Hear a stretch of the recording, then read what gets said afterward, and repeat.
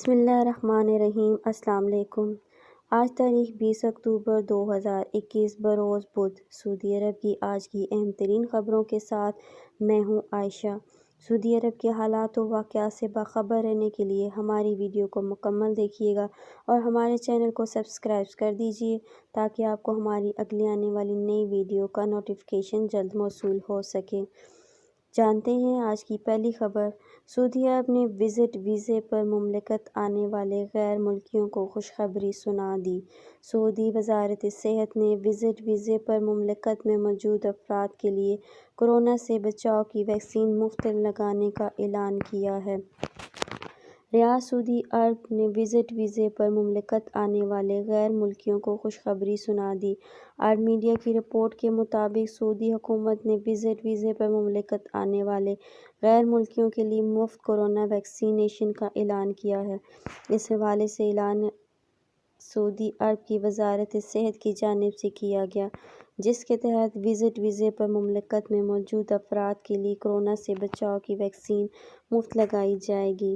بتایا گیا ہے کہ وزارت صحت نے وزٹ ویزے پر موجود غیر ملکیوں کی سہولت کے لیے مملکت کے مختلف شہروں میں ویکسینیشن سینٹرز مخصوص کیے ہیں۔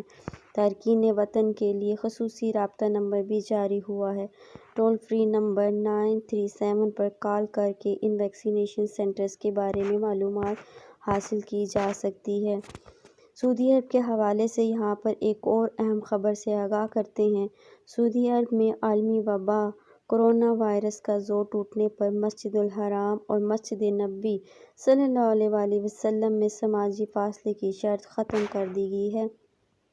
خانہ کعبہ اور مقام ابراہیم علیہ السلام کے گرد لگائے گئے بیریئر بھی ہٹا دیے گئے۔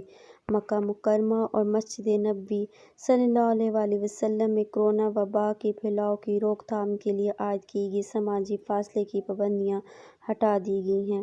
پابندی ہٹانے کا فیصلہ الحرمین الشریفین انتظامیہ کی جانب سے کیا گیا، جس کے بعد سماجی فاصلے کے لیے لگائی گئی علامتیں بھی ہٹا دی گئی ہیں اور آج سے مسجد الحرام اور مسجد نبوی صلی اللہ علیہ وآلہ وسلم میں سماجی فاصلے کے بغیر نمازیں ادا کی جائیں گی۔